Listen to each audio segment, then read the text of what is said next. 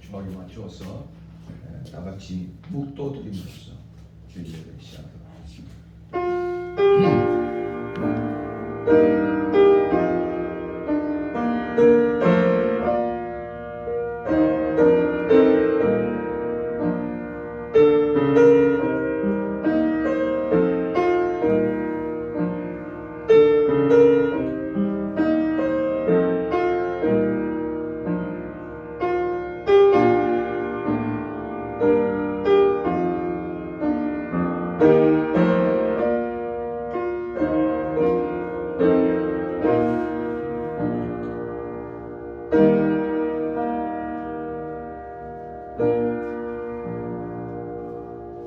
그런즉 이 일에 대하여 우리가 무슨 말 하리요? 만일 하나님이 우리를 위하시면 누가 우리를 대적하리요? 자기 아들을 아끼지 아니하시고 우리 모든 사람을 위하여 내주시니가 어찌 그 아들과 함께 모든 것을 우리에게 주시지 아니하겠느냐? 누가 능히 하나님께서 택하신 자들을 고발하리요? 의롭다 하신 이는 하나님이시니 누가 정죄하리요? 죽으실 뿐만 아니라 다시 살아나신 이는 그리스도 예수시니 그는 하나님 우편에 계신 자요 우리를 위하여 간구하시는 자신이라. 누가 우리를 그리스도의 사랑에서 끊으리요? 환난이나 공고나 박해나 기근이나 적신이나 위험이나 칼이라. 기록된 바 우리가 종일 주를 위하여 죽임을 당하게 되며 도살 당할 양같이 여김을 받았나이다 함과 같으니라. 그러나 이 모든 일에 우리를 사랑하시는 이로 말미암아 우리가 넉넉히 이기느니라. 내가 확신하노니 사망이나 생명이나 천사들이나 권세자들이나 현재일이나 장래일이나 능력이나 높음이나 깊음이나 다른 어떤 피조물이라도 우리를 우리 주 그리스도 예수 안에 있는 하나님의 사랑에서 끊을 수 없으리라. 아멘. 자기 아들을 아끼지 아니하시고 우리 모든 사람을 위하여 그 아들을 이 땅에 보내시고 또 십자가에 달려 죽게 하심으로 우리의 대속주가 되게 하신 하나님의 은혜를 감사합니다. 한 주간도 주의 은혜 가운데 저희들을 안전하게 지켜주셨다가 또 오늘 이렇게 주의 전에 나왔습니다. 우리 마음이 주님 앞에 온전히 떨어지는 산 예배가 되게 축복하여 주시옵소서. 신령과 진정으로 떨어지는 참된 예배 되게 하시고 오늘도 두세 사람 모인 곳에 함께 하시겠다는 이 약속 우리가 믿고 하나님이 우리 가운데 거하시고 또 우리의 찬송을 받으시고 우리의 기도를 받으시고 헌물을 받아주시고 또 우리의 남은 생도 하나님 받아 주시옵소서. 흩어진 모든 우리의 권속들을 하나님 오늘도 지키시고 또 하나님께서 보호하여 주셔서 이들의 소식이 기쁜 소식 되게 하시고 또 모든 시험과 악과 유혹에서 오늘도 우리 자녀들을 지켜주시고 권속들을 붙잡아 주시옵소서. 시작하는 시간 주님께서 함께 하시고 성삼위 하나님 영광 받아 주시옵소서. 예수 그리스도 이름으로 기도하옵나이다. 아멘. 신앙 고백으로 주님 앞에 올리겠습니다. 전능하사 천지를 만드신 하나님 아버지를 내가 믿사오며 그 외아들 우리 주 예수 그리스도를 믿사오니 이는 성령으로 잉태하사 동정녀 마리아에게 나시고 본디오 빌라도에게 고난을 받으사 십자가에 못 박혀 죽으시고 장사한 지 사흘 만에 죽은 자 가운데서 다시 살아나시며 하늘에 오르사 전능하신 하나님 우편에 앉아 계시도가 저리로서 산자와 죽은 자를 심판하러 오시리라. 성령을 믿사오며 거룩한 공회와 성도가 서로 교통하는 것과 죄를 사하여 주시는 것과 몸이 다시 사는 것과 영원히 사는 것을 믿사옵나이다. 아멘. 35장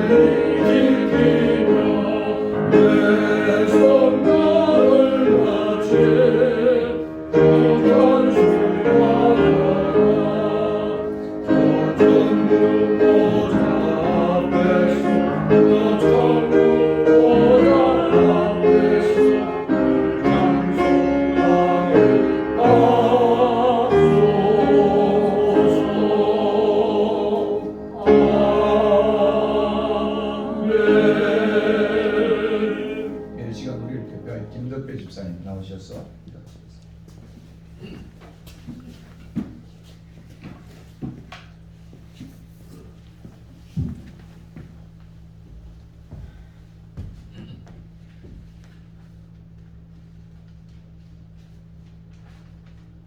기도하겠습니다. 할렐루야. 하나님 아버지, 거룩한 주일을 맞이하여 주님의 전에서 예배를 드릴 수 있음에 감사합니다. 하나님 아버지, 지난 삶의 허물을 용서하시고 보혈의 피로 깨끗이 씻어 주소서. 지금까지 지켜주시고 앞으로도 지켜주실 에베네셀 하나님이시여 참 감사합니다. 이 나라의 민족을 지켜주시고 대한민국을 축복하소서. 하나님의 운동을 하시고 공평과 정의로운 세상이 되도록 이정자들을 바로 세우게 하소서. 또한 북녘 동포들과 함께 복음으로 하나 되는 동일 국가를 세우게 하소서. 하나님 아버지, 이 재단을 통해 합력하여 선을 이루며 선한 영향력을 전파하는 아름다운 지혜와 회복의 공동체가 되게 하소서. 말씀을 전하시는 목사님을 통해 성령의 권능이 임하게 하시고 하나님의 뜻을 이루어 가는 우리가 되게 하소서. 하나님 아버지, 예배의 시종을 주님께 드리오니 주님 홀로만 영광 받으소서. 부족한 죄인 예수님의 이름으로 기도드립니다. 아멘.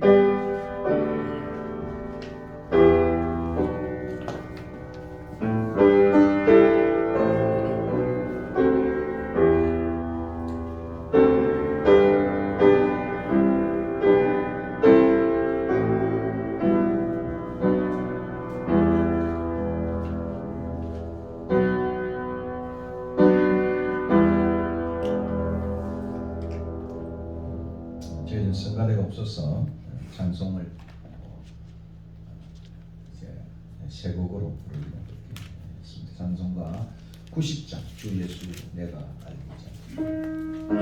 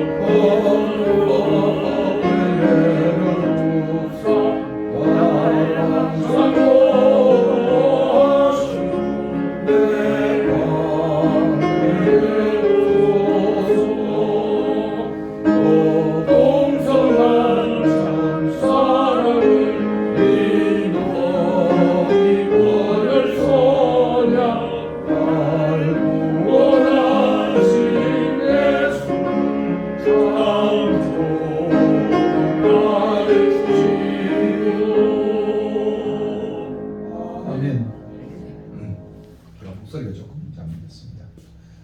안녕하시고 창세기 18장 16절부터 33절까지 좀 긴 구절 교독하시겠습니다. 창세기 18장 16절 말씀.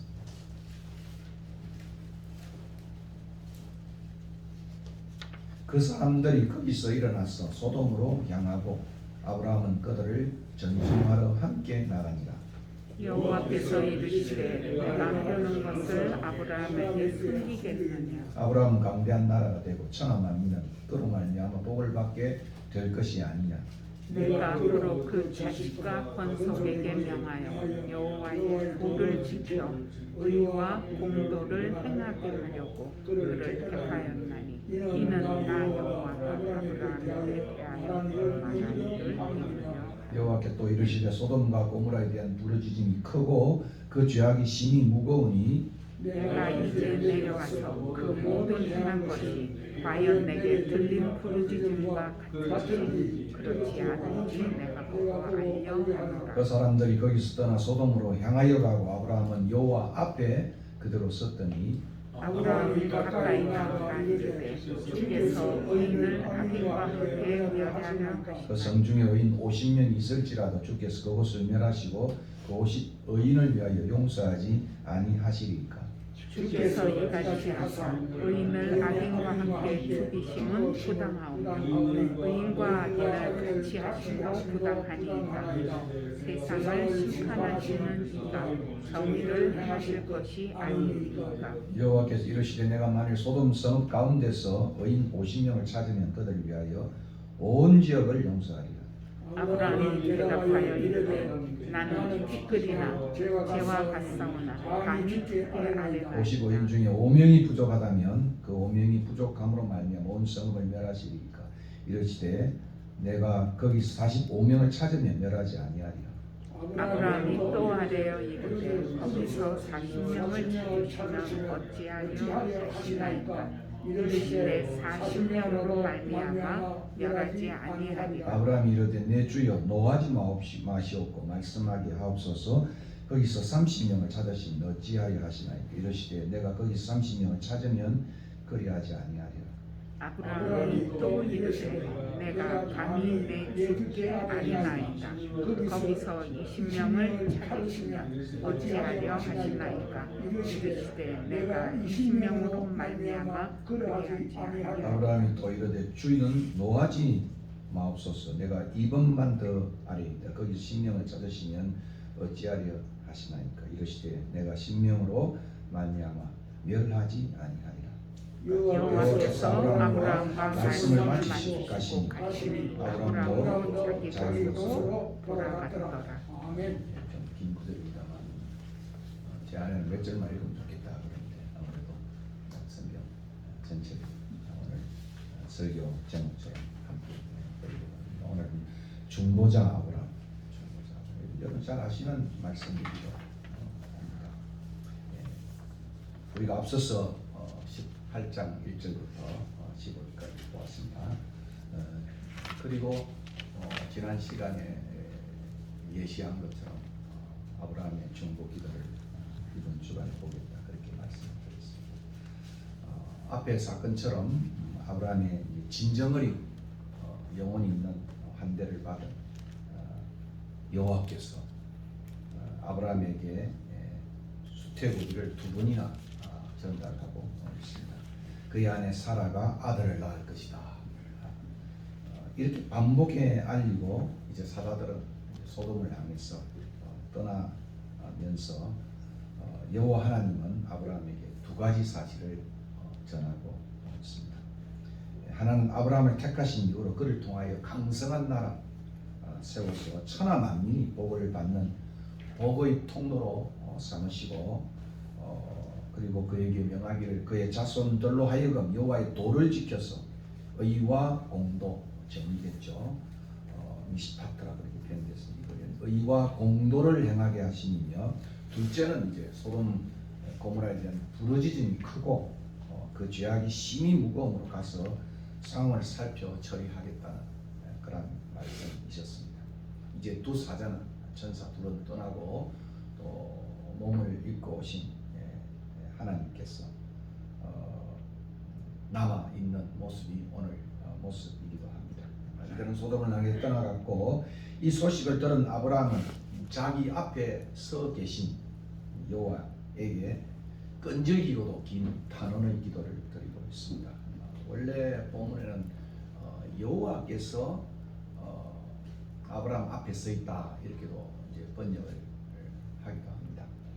그러나 오늘 본문을 보면 아브라함이 여호와 앞에 서 있다.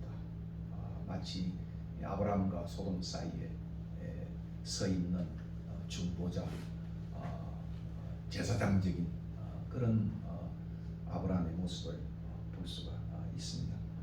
그렇습니다. 우리는 여기서 탄원자며 하나님 앞에 서 있는 탄원자며 중보자 아브라함을 만나게 됩니다. 오랜 기간의 약속의 기다림 속에 아브라함은 이제 영혼의 반대자로서 지난 시간에 본 것처럼 넉넉한 품격, 미덕을 갖출 뿐만 아니라 이제는 단원자며 중보자로서의 기도의 사람으로 우뚝 서 있는 모습을 볼 수가 있습니다. 시간이 흘러가면서 아브라함은 사소한 일에도 짜증내는 고집불통의 속좁은 이기적인 노인이 아니라 복의 통로로 풍성한 품격을 갖춘 미덕을 갖춘 넉넉한 인격의 소유자일 뿐 아니라 참된 영성의 넓은 품을 가진 넉넉한 기도의 사람으로 우리 앞에 서 있습니다. 소돔을 향한 그리고 그의 친척을 향한 롯의 친척들 가족들을 의미하겠죠. 그의 단언과 중보의 기도는 오고 가는 세대의 기도의 교과서였습니다. 그리고 하나님과의 오늘 보면 긴 변론이 나타나는데 이 변론에서 보는 대로 그의 신학과 신앙은 공의와 자비가 우리 김대표 이사님 기도하신 것처럼 정말 공법이 물처럼 공의가 하수처럼 흘러가는 요즘 공정이라는 걸 이 공의와 자비가 어떻게 함께할 것인가 하는 모습을 제시할 뿐만 아니라 화해자로서 세상 앞에 또 하나님 앞에 서 있는 영성을 갖춘 성숙한 모습의 아브라함을 만나게 됩니다. 확실히 아브라함은 시간이 흘러갈수록 앙상한 볼품없는 까탈스러운 불쌍한 노인으로 나타난 것이 아니라 넉넉한 인격과 또 신학도 성숙한 그리고 영성을 갖춘 넓고 깊은 노인으로 무르익어 가고 있습니다. 우리는 여기서 그냥 나이 들어 늙어가는 아브라함이 아니라 노래처럼 인격과 신학과 영성으로 익어가는 노인 아브라함을 만납니다. 확실히 아브라함은 많은 풍파 속에 깊은 풍미를 가진 오래된 장막 같은 신앙의 인격과 신학과 영성을 갖춘 사람이었습니다. 이제 저는 그의 단언과 중보의 기도의 모습을 통해서 우리에게 중보자 아브라함의 모습을 살펴보고자 합니다. 이 아브라함의 이 기도는 자세히 보면 이미 야고보 2장 23절에도 언약을 체결하고 그를 하나님의 벗이라고 칭했지 않습니까? 하나님과 벗된 아브라함의 친밀한 관계 속에서 그 기도의 깊이를 볼 수 있습니다. 하나님과 벗된 아브라함, 우리가 지난 15장에도 살펴보았던 것처럼 역대하 20장 7절에도 주의 벗 아브라함이라 이렇게 표현을 하고 있고 이사야 41장 8절에도 하나님이 직접 나의 벗 아브라함이다.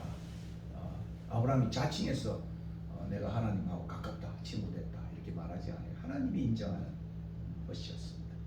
그리고 야고보 2장 23절에 그는 하나님의 벗이라 칭함을 받았다 이렇게 표현을 하고 있습니다. 이렇게 하나님과 벗된 아브라함의 모습은 17절에 더 자세히 나타나고 있습니다. 하나님은 이 벗된 아브라함에게 자기 할 일을 아브라함에게 감추지 않으시고 알리고 있습니다. 17절에 보니까 여호와께서 이르시되 내가 하려는 것을 아브라함에게 숨기겠느냐. 아브라함과 하나님의 관계는 친밀한 벗으로서 둘 사이에는 숨은 비밀이 없다는 의미이기도 한 것입니다. 비밀 없이 모든 것을 알리고 또한 따져 묻는 그런 관계였습니다. 오늘 우리와 하나님의 관계는 어떠한지 오늘 이 본문을 통해서 한번 상고해 볼 필요가 있습니다. 친구 관계가 끊어지면 제일 먼저 하는 것이 소통의 단절입니다. 전화번호를 삭제하든지 카톡에서 나가든지 그렇지 않으면 조금 단절이 좀 강화되고 정말 배신 때린 친구가 되면 아예 카톡에 것들을 다 지워 버립니다. 관계의 단절은 절연은 제일 먼저 교제의 단절인 절연은 절교의 모습으로 나타나고 소통의 단절을 초래합니다. 기도는 무엇입니까? 하나님과의 대화다. 저도 대학 시절에 배웠던 텐스 때 배워보면 가장 기도의 정의가 하나님과의 대화로 또 영혼의 호흡으로 그렇게 정의를 배웠습니다.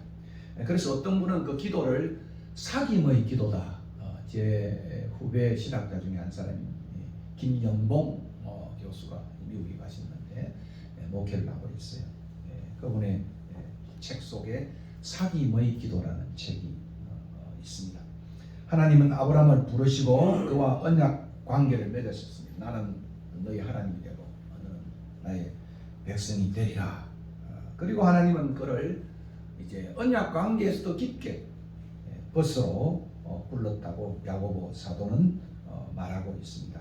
하나님은 아브라함과 언약적 관계를 맺고 오랜 세월을 보내면서 긴 13년의 침묵도 있었고 또 침묵과 만남의 반복 속에 둘의 사이는 소원해진 것이 아니라 더욱 깊어져 갔습니다. 성경을 보면 하나님이 이 관계 속에 늘 주도권을 쥐고 계시는 모습을 봅니다. 언제나 먼저 찾아오시는 하나님이셨습니다. 아브라함의 약전을 살펴보면 하나님이 아브라함을 택하시고 또 하나님이 부르시고 하나님이 인도하시고 또 하나님이 그가 또 애굽으로 돌아가면 먼저 찾아오시는 그런 하나님이셨습니다. 간섭하시는 하나님이고 또 자주 말씀으로 임하셨고 나타나신 분이 언제나 하나님이셨습니다. 배반하고 떠나고 도망치는 것은 항상 인간의 모습입니다. 아브라함에게도 마찬가지입니다. 긴 침묵 속에서도 아브라함에게 다시 나타나신 분이 하나님이었다고 창세기 17장 1절에 참 긴 시간 13년의 긴 시간 속에 하나님은 다시 나타나셨습니다. 오늘 18장에는 더 흥미롭게도 하나님은 그냥 이상 중에 나타난 것이 아니라 몸으로 마침내 인간의 몸을 입고 민복으로 육복으로 마치 왕이 민복을 입고 그 백성의 삶을 살펴 어떤 모습을 우리가 역사 속에 기억하는 것처럼 육복을 입고 그 앞에 나타나셨습니다. 그리고 그가 하려는 일 비밀을 알렸습니다. 이제 둘의 관계는 벗으로서 대단히 내밀한 관계임을 우리는 보게 됩니다. 둘 사이의 사귐의 깊이를 제가 일찍 말씀드린 것처럼 11절이 내가 하려는 것을 아브라함이 숨기겠느냐? 숨길 것이 없다. 숨길 것이 없다. 부부관계가 깊어지는 숨길 것이 없는 내통한 내밀한 관계처럼 깊은 친구 관계는 그런 관계입니다. 얼마 전에 지인을 만났는데 지인의 친구가 그런 이야기 하더라고요. 자기 친구를 자기야 그러더라고요. 자기야. 그래서 내가 사귀입니까? 제가 어색해서 자기야 그러 자기야. 우리는 그렇게 부른다. 서로 자기야라고 부른다. 그렇게 이야기하는 것을 들었습니다. 옆에 있는 친구가 아주 빙그레 웃는 것을 보았습니다. 서로 못하는 말이 없습니다. 얼마나 턱건입니까?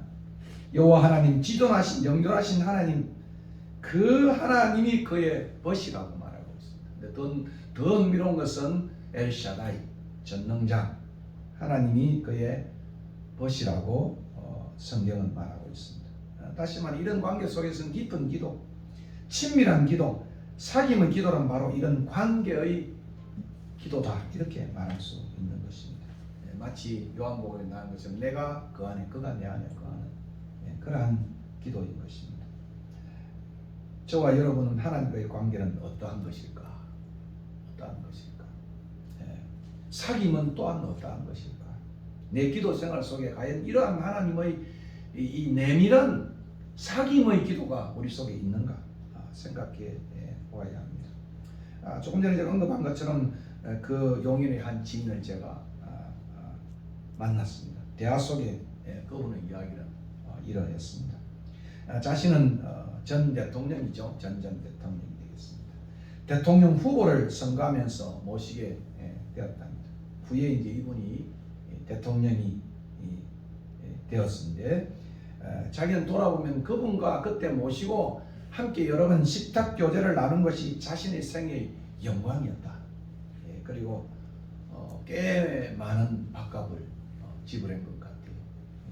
그 밥값 또한 아깝지 않았다. 이렇게 표현을 했습니다.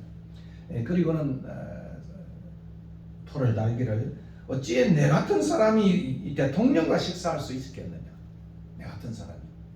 옆에 앉았던 우리 이현숙 교수가 그 말이 되네요. 빙그레 웃으면서 그렇게 응답을 했습니다. 대통령이 된 그분 가까이에서 식사는 그것도 굉장히 가깝게 앉았는 것 같아요. 그의 생애의 요즘 말로 하면 인생 식사였다. 무슨 인생 음식이다 이런 표현도 하지 않습니까? 지금 정치권에 알려진 중진 인사들 중에 그 당시 자기는 가까이 있는데 그 사람들은 저기 멀리 앉았던 사람들이 이름을 대더라고요. 누구는 지금 아주 국민의힘 당에서 되고 중진이고 최고위원이지만은 저 밑에 저 멀리 떨어져 있었다. 이렇게 비식 웃으면서 이야기를 하겠습니다. 제가 여러분도 아시겠죠? 워렌 버핏하고 점심 식사를 하는데 54억이나 한 끼 점심 식사를. 그러면 아마 워렌 버핏하고 식사하면 하면 54억은 더 버는 모양이죠. 정부가 되었어요. 부시하고도 클린턴하고도 아마 축전에 있는 목사님은 그 대통령과 함께 기부했던 그 기부를 큰 이제 감사 그것을 자기 당회장실에 진열한 것을 보기도 했습니다. 그런데 하나님이 우리의 벗이라면 우리와 이분과의 관계는 어떤 관계겠습니까? 인생 관계잖아요. 인생 관계. 그죠? 우리와 그분과의 사귐은 인생 사귐입니다. 인생 사귐입니다. 제가 지난번에 말씀드렸지만 이 자리에 이인재 옛날 전지사 대통령 후보가 와서 미래의 전략에 대해서 이야기했는데 마치고 나니까 많은 분들이 또 이렇게 전 이지사하고 사진을 찍더라. 저는 별로 그런데 사진 찍는데 관심이 없어요. 다 찍더라고요. 참 귀한 분들과 함께 했다는 그 인정이 그들에게 굉장히 중요한 인정이었던 것 같습니다. 하나님과 우리와의 사귐의 기도의 특권을 우리가 누리고 있는지 우리의 기도는 어떠한지 우리에게 기도는 짐인지 특권인지 아마 이 점을 오늘 좀 제가 묻고 싶습니다. 요한복음 15장 15절을 보면 종은 주인이 하는 것을 알지 못함이라 너희를 친구로 하였노니 참 그 다음 구절이 오늘 구절과 참 연결이 되어져요. 내가 아버지께 들은 것을 다 너희에게 알게 하였습니다. 내가 아버지께 들은 것을 이런 종은 다 전하지 않는데 친구는 그 모든 것들을 아버지께 들은 것들을 다 너희에게 알게 하였습니다. 이렇게 말하고 있습니다. 성부 하나님의 속마음을 구원의 비밀을 역사의 비밀을 주님은 자신의 벗된 우리에게 성경을 통하여 때로는 기도 속에서 알려주신다는 말씀입니다. 이런 하나님과의 벗된 사귐의 은혜가 저와 여러분 인생 속에 함께 하기를 저는 소원합니다. 이제 이와 같은 관계에서 아브라함의 단어는 기도는 하나님의 공의와 자비에 대해서 따져 묻고 있습니다. 아브라함의 단언을 살펴보았으면 합니다. 22절과 23절입니다. 두 번째는 아브라함이 여호와께서 알려준 소돔과 고모라의 지독한 상황을 들었을 때 아마도 그는 20년 전 벌써 세월이 20년 지났어요. 우리는 몇 주 만에 이제 롯이 아브라함을 떠났던 베바라에 떠났던 가장 물 좋은 평지를 떠나서 떠났던 그가 점점 소돔과 도시로 향해서 더 물 좋은 곳을 향해서 떠났던 아브라함이 떠났던 롯이부터 20년 전의 일이었어요. 20년 전의 일이었어요. 그 20년 전 소돔과 고모라로 내려간 자기 조카 롯과 그 가족들의 모습이 떠올라졌습니다. 그리고 14장에 보면 이미 그 소돔에 전쟁이 나서 그 조카 롯을 구원했던 일을 우리는 기억을 할 수가 있습니다. 이제 그 소돔이 멸망 직전에 있는 하나님의 심판 직전에 있는 모습에 여러 생각이 교차했을 것입니다. 그는 두 사자를 배웅하고 남아 써있는 하나님 앞에서 한참을 생각한 후에 자신에게 이 내막을 알려준 하나님께 가까이 갔습니다. 오늘 본문에 보면. 그리고 이렇게 단언합니다. 주께서 의인을 악인과 함께 정말 멸하려 하십니까?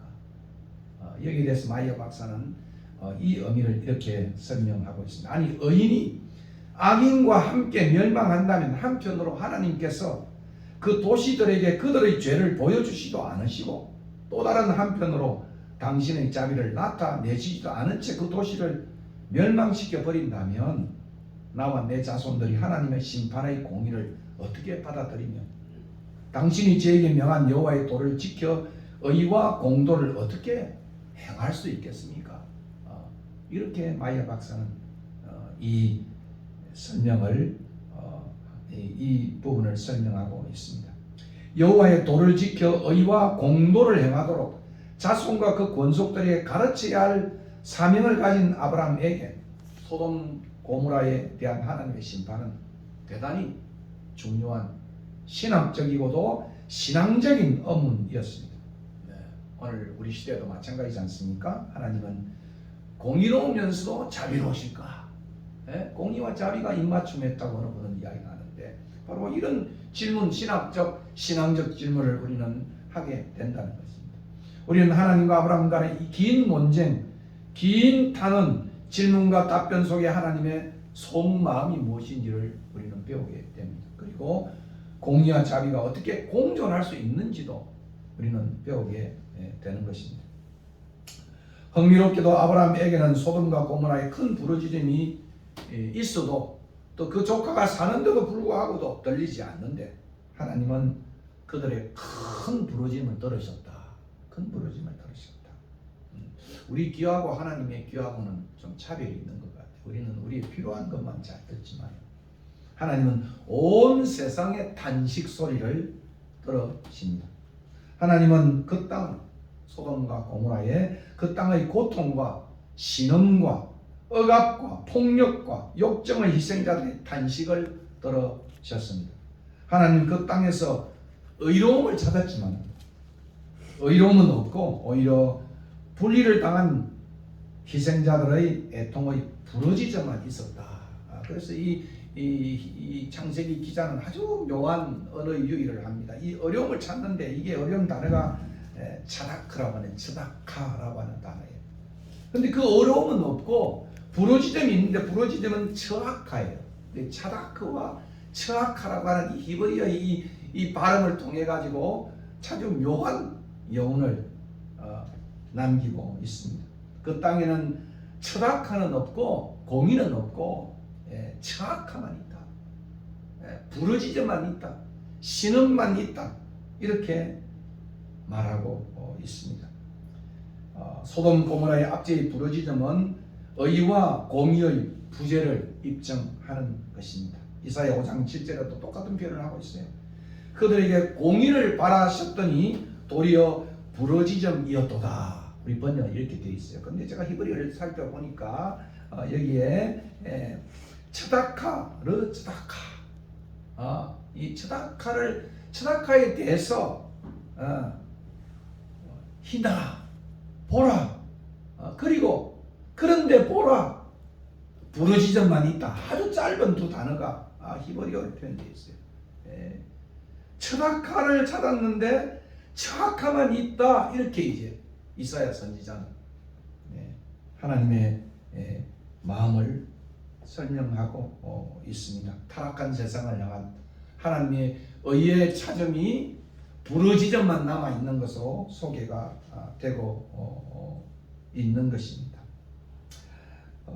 의와 생명을 창출하는 의가 생명을 창출하는 사회적 질서라면 불의는 죽음을 창출해내는 사회적 질서인 것입니다. 그러므로 압제에 대한 이 곡성은 부르짖음은 처악하는 죽음을 산출하는 사회의 질서로부터 불의의 사회로부터 나오게 되는 것입니다. 이 하나님은 그 상황의 사실성과 신광성을 보기 위해 이 참 심판은 너무나 막중하고 중차대한 것이지 않습니까? 다시 확인하러 하나님은 그런 소리를 들었지만도 신문고의 소리를 들었지만도 여러분 신명기를 읽어보면 땅에서 부르짖는 소리가 땅이 cry for, 땅이 외친다. 그 두 가지예요. 그 땅에 대한 그 땅의 소리와 곡성의 가장 두 가지는 하나님 임금을 떼먹는 거예요. 임금을 떼먹는 거. 하나님 제일 싫어하는 거. 두 번째는 그 땅에 피를 흘리는 겁니다. 예, 피를 흘리는 압제를 통해서 사람이 죽어가는 이 두 개의 하나님은 땅을 의인화시켜 가지고 땅이 신음한다 그 정도가 아니고 땅이 곡성을 한다 이렇게 표현을 하고 있습니다. 그러므로 하나님은 그 땅의 소리 그 상황의 사실성과 심각성을 다시 확인하기 위해서 내려오셔서 알리고 계십니다.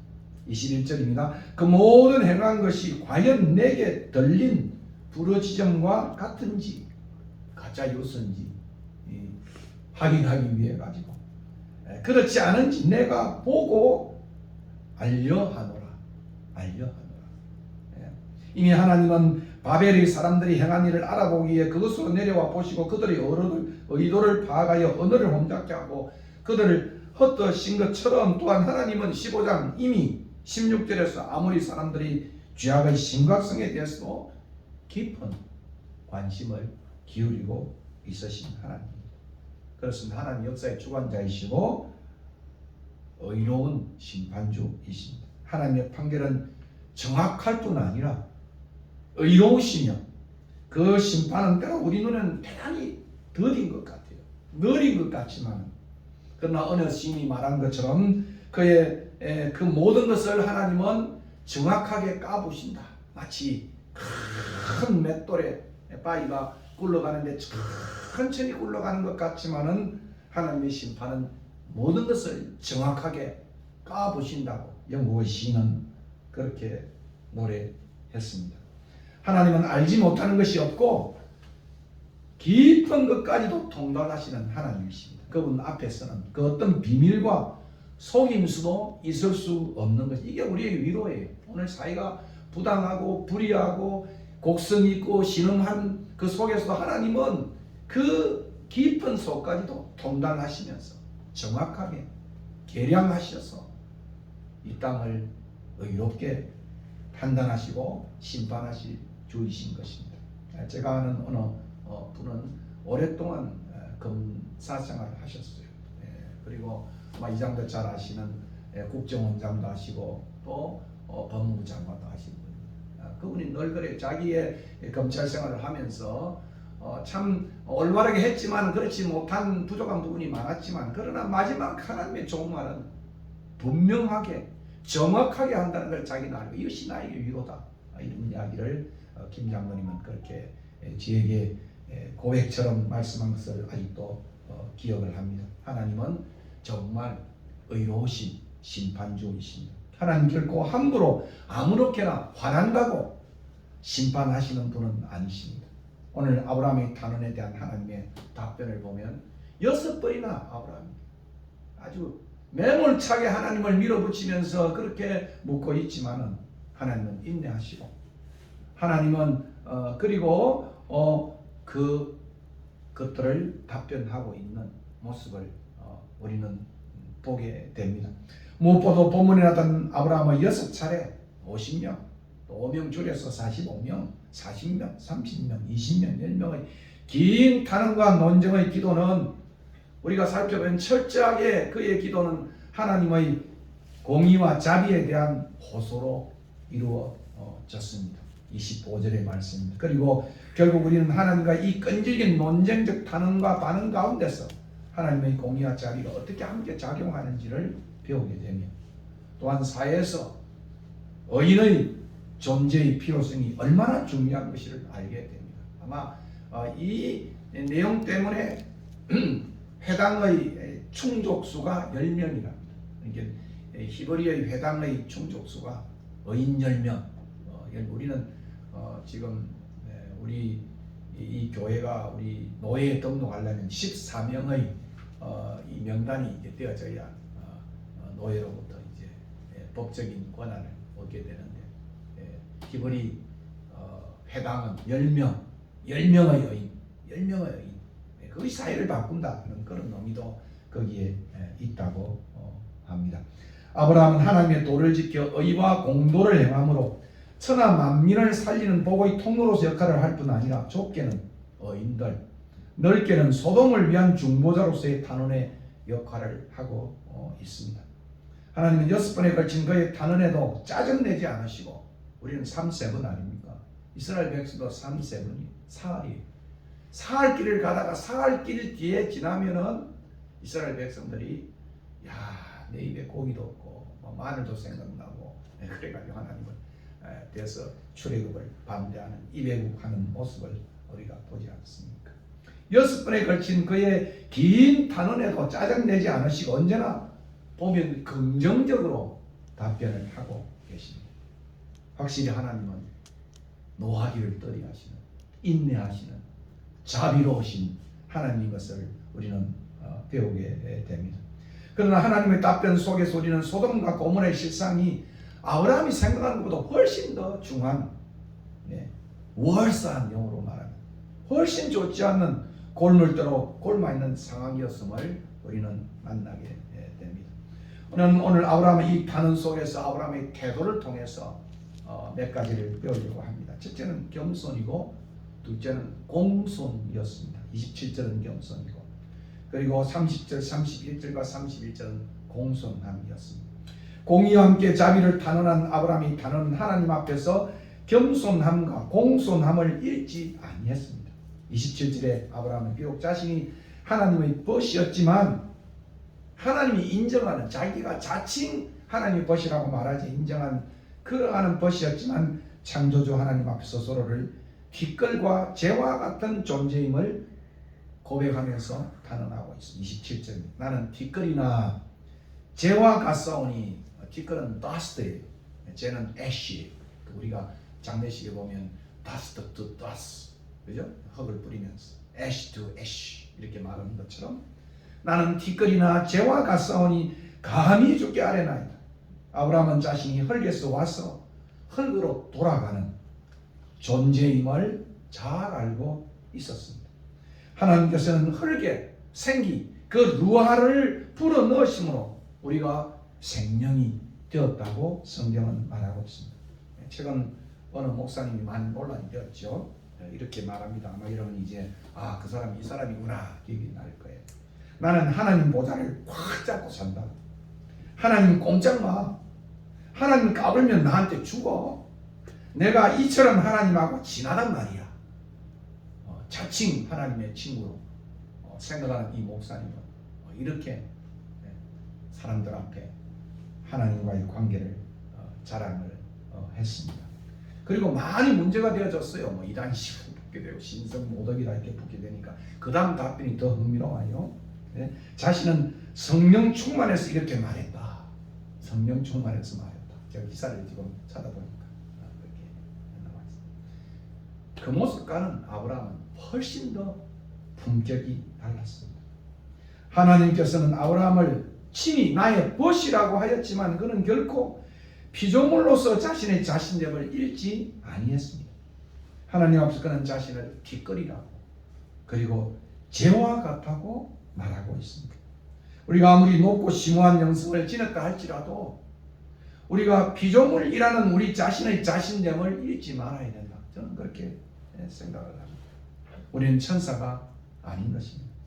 그러나 오늘 예배 전에 찬송을 드린 것처럼 천사도 헌모할 화목케 하는 특권을 우리에게 주셨습니다. 오늘 아브라함은 바로 이 화목케 하는 특권, 중보자로서 대제사장으로서 하나님 앞에 서서 뒤에 있는 그 성읍들에 대한 중보의 모습을 우리는 보게 됩니다. 우리가 지금은 아브라함처럼 나그네 되어도 주에게 부탁하신 일 천사도 헌모하겠네. 화목케 하라신 구주의 말씀을 온 세상 널리 전하세. 제가 설교를 준비하면서 이 찬송이 마음에 와닿았습니다. 그래서 오늘 예배 전에 508장을 부르자 제가 그렇게 말씀을 했습니다. 여러분 사도행전 14장 8절과 18절을 보면 바울이 루스드라에서 나면서 안전병이 되어져 있는 걷지 못한 한 사람을 일어나 놀라운 이적으로 걷도록 고쳐주었습니다. 무리가 놀랐어요. 그들의 반응으로 신들이 사람의 형상으로 우리 가운데 내려오셨다 하고 바나바는 제우스 신이라 부르고 바울은 헤르메스 그 신의 대변자라고 해석자라고 하면서 그 도시 바깥에 제우스 신당의 제사장이 소와 화환들을 가지고 대문 앞에 와서 무리와 함께 경배하고자 제사하고자 했습니다. 이때 두 사도의 반응은 어땠습니까? 야, 이제 내 성교가 바로 여기서 결실을 거두는구나. 결실을 거두는구나. 이렇게 말했습니까? 안 그러면 소를 잡았는데 소 한 마리가 뭐냐? 한 5마리를 잡아. 꽃다발도 좀 빈약하다. 더 가져오라. 이렇게 말했습니까? 아닙니다. 이때 두 사도는 여러분 사도행전 14장 읽어보시면은 여러분이 어찌하여 이러한 일을 하느냐? 우리도 여러분과 같은 성정을 가진 사람이라. 제가 해석학 시간에 학생들에게 계속 말하고 있습니다. 종교 권력자가 되는 것이 아니라 사도들임에도 불구하고 사도적 이적을 베푸는 그러한 능력의 사도임에도 불구하고 한결같이 그들의 고백은 우리도 너희와 같은 성경을 가진 사람, 피조물이라는 거예요. 베드로도 고넬료가 와서 무릎을 꿇고 그렇게 하니까 일어나라. 나도 너희와 같은 성경을 가진 사람. 한결같이 사도들의 고백 속에 우리와 같이 성경을 우리도 너희와 같이 성경을 가진 사람, 피조물이라는 거예요. 흙으로 와서 흙으로 돌아간다는 거예요. 이게 진정한 영성을 가진 사람의 모습이라고 저는 생각을 하는 것입니다. 하나님 가까우니까 하나님 까불지 마. 하나님 까불지 마. 하나님 까불면 다쳐. 그렇게 사도들은 말하지 않았습니다. 어떤 상황에서도 우리는 피조물로서 흙에서 흙으로 돌아가는 인생임을 잊지 말아야 하는 것입니다.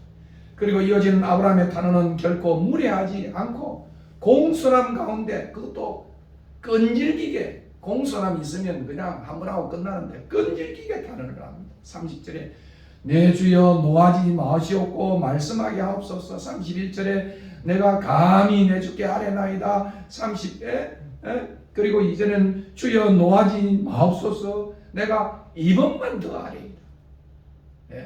끈질기지만 그러나 그는 무례하지 아니하고 공손함을 가졌던 품격 있는 하나님 앞에서의 찐 영성을 가진 겸손함과 공손함을 지닌 품격 있는 인물이었습니다. 기도의 사람이었어요. 그래서 이 본문을 가지고 무조건 우기면 된다. 제가 여러 설교를 찾아봤어요. 그랬더만 막 그냥 우기고 그냥 막 뭉겨 그냥 하나님 그냥 됐어. 그렇게 하면 하나님 들어주신다. 그렇게 말하는데 이 본문은 훨씬 더 하나님 앞에서의 버심에도 불구하고 겸손함과 공손함을 잃지 않았지만 그러나 끈질긴 탄원도 함께 있었다는 사실을 우리는 배우게 됩니다. 이런 영성을 가진 우리가 되었으면 좋겠습니다. 마지막으로 아브라함의 탄원은 소돔을 위한 탄원이었습니다. 제가 성경을 보니까 각 단락마다 이 하나의 좋은 소주제를 하죠. 그러니까 소돔을 위한 아브라함의 기도 이렇게 표현되어 있어요. 오늘 본문도 마찬가지. 세상을 위한 아브라함의 탄원이었습니다. 그의 끈질긴 탄원 속에는 소돔을 향한 그의 태도와 행동이 한결같음을 봅니다. 확실히 소돔은 그에게 멸망과 저주의 세상이 아니었습니다.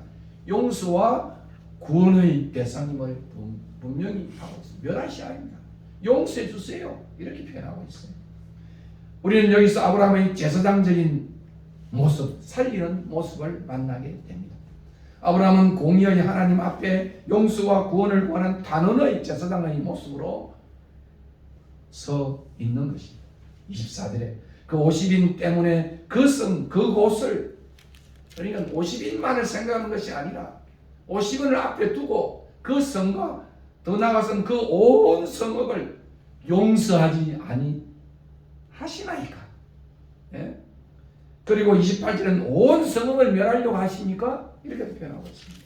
그리고 반복하여 4번이나 어찌 멸하려 하시나이까. 어찌 멸하려 하시나이까. 29절, 30절, 31절, 32절.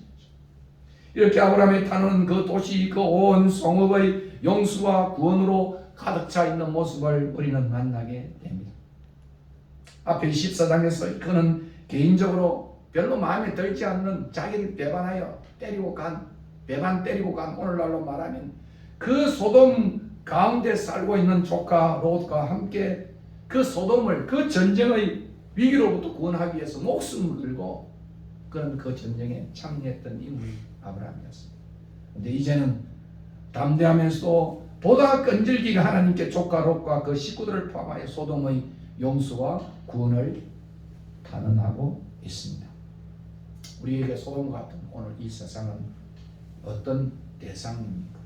오늘 한국은 많은 사람들이 헬 조선이라고 하잖아요. 헬 조선. 헬 대한 저주와 경멸의 대상인 헬 세상입니까? 아니면 사랑과 구원의 대상입니까? 10명의 여인을 구한 아브라함의 재상적인 직분은 이제 마지막 날에 이 땅의 유일한 의인인 하나님의 독생자 예수 그리스도의 대상적인 사역과 그의 속죄적인 희생을 통해서 세상을 구원하게 되어졌습니다. 그러니까 아브라함의 이 중보적 모습은 하나님 앞에 그 뒤에 소돔을 던지고 서 있는 아브라함의 모습은 예수 그리스도의 대상적인 중보자 예수 그리스도의 모형으로 우뚝 서 있다는 것입니다. 그렇습니다. 하나님께서는 세상을 이처럼 구원하사 그 예수를 마지막 날에 의로우신 그 아들 예수를 이 땅에 보내셔서 멸망의 소돔 같은 세상을 구원하셨습니다. 이것이 하나님의 속마음이에요.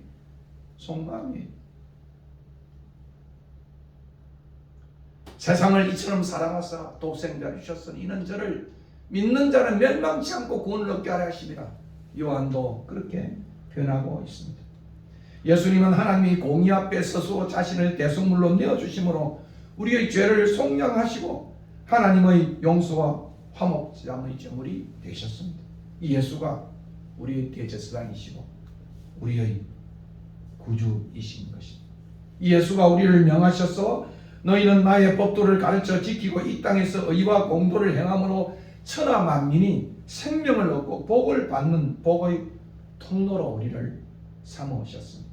순례자의 집은 이 사명을 감당하는 교회가 되기를 소원합니다. 심판주이신 하나님 앞에 서서 거룩하신 우리의 대상이신 예수의 제자로서 멸망의 세상을 탄원한 거룩한 제사장의 사명을 감당하는 우리 모두가 되기를 진정으로 바랍니다. 어느 날 제자들이 예수님과 함께 예루살렘을 향하여 갈 때 사마리아를 지나갔습니다. 사마리아 사람들이 예수님을 받아들이지 아니했습니다. 누가복음 9장 51절에 나와 있는 모습입니다. 야고보와 요한이 화가 났어요. 안 그래도 사마리아인들이 그 개같은 그 정말 순결하지 못한 그 사마리아인들을 보고 피가 끓어올른 것 같아요. 주여, 우리가 불을 명하여 하늘로부터 내려 저들을 다 멸하라 하시기를 원하시나이까. 예수님은 제자들을 꾸짖으셨다.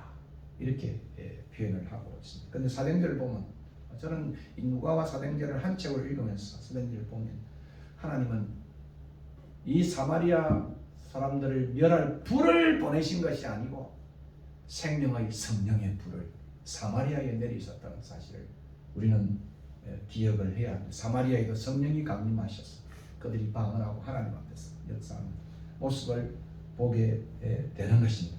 하나님의 이 세상을 향한 마음은 멸망이 아니고 구원이고 용서인 것입니다. 이제 이번 주부터 40일간 저희들이 대강절로 예수님의 탄생을 우리가 갈망하며 다시 오실 그 예수 그리스도를 기대하며 대강절을 보내고 있습니다. 우리 예수님은 이 땅에 오셔서 바로 우리를 구원하시기 위해서 자기 목숨을 버려주신 분이 바로 우리 주 예수 그리스도이신 것입니다. 그러므로 하나님께서 아브라함을 택한 이유가 천하 만민이 그로 말미암아 복을 받는 일이었다고 한다면 오늘 우리도 우리를 구원하셔서 세상이 우리로 말미암아 구원을 얻도록 하는 이 일에 우리를 동참시켰습니다. 결국 끈질긴 아브라함의 단원에는 이 같은 그의 모습을 보게 됩니다. 우리 순례자의 집도 아브라함처럼 생명 살리는 일, 복의 통로가 되는 일, 그런 일에 앞장서는 교회가 되기를 진정으로 소원합니다. 오늘 이 말씀 기억하고 찬송가 365장 찬송 올리겠습니다.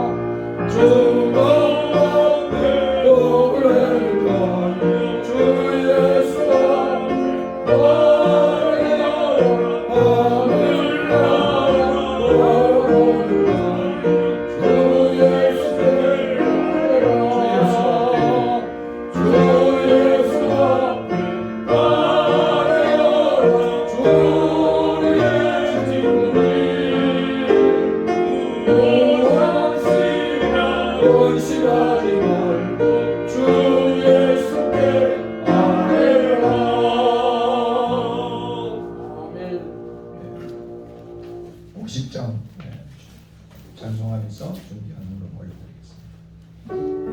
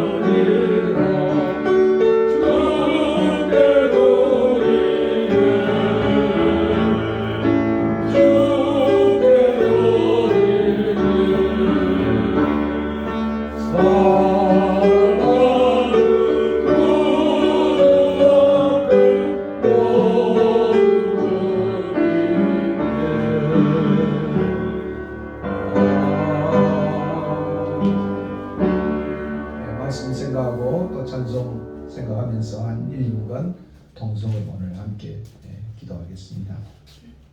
하나님 앞에서 우리의 모습을 돌아보고 정말 중보자로서 삶을 살 수 있도록 기도하겠습니다. 고마우신 하나님, 다시 한번 오늘 말씀 돌아보고 우리를 벗어 부르셔서 사귐의 기도를 우리가 드릴 수 있는 축복을 허락해 주신 것을 감사합니다.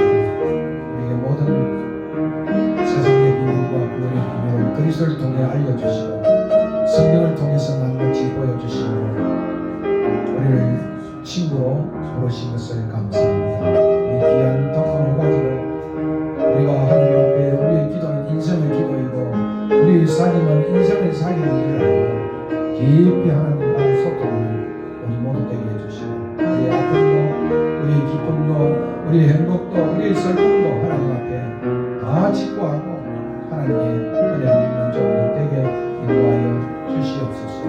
중보자로서 품격 있는 이 세상을 향한 종들 되게 인도하여 주옵소서. 고마우신 하나님, 오늘도 다시 한번 말씀 생각하고 우리를 친구로 부르셨어 우리에게 비밀 없이 구원의 역사의 비밀을 다 알려주신 하나님을 찬양을 드립니다. 이 사귐이 기도를 통하여 깊어지는 우리 모두가 되게 도와주시고 또 오늘 특별히 중보자로서 하나님 앞에 어떻게 써야 할지를 그리스도의 변함없는 유일하신 중보의 사역을 우리도 이 세상 속에서 제사장으로서의 이 세상을 향해 비는 우리들이 될 수 있도록 인도하여 주시옵소서. 오늘 덧어진 모든 권속들을 하나님 사랑 가운데 지켜주시고 일주일 동안도 안전하게 코비의 위험으로부터 우리를 건져주시고 시험과 악과 유혹에서 우리 자녀들을 지켜주시옵소서. 속히 코비가 악화되지 아니하고 물러가 참으로 아름다운 예배의 회복을 다시 한번 얻는 한국교회 되게 축복하여 주시옵소서. 이제는 우리 주 예수 그리스도의 은혜와 그 아들을 아낌없이 보내신 하나님의 크신 사랑과 성령의 교통하심이 오늘 본문의 아브라함의 모습처럼 사김의 기도로, 탄원의 기도로, 하나님께 중보의 기도로 이 세상을 향해서 화해자로 또 나아가는 주의 종들 되게 이제부터 영원 무궁토록 함께 있을지어다. 아멘.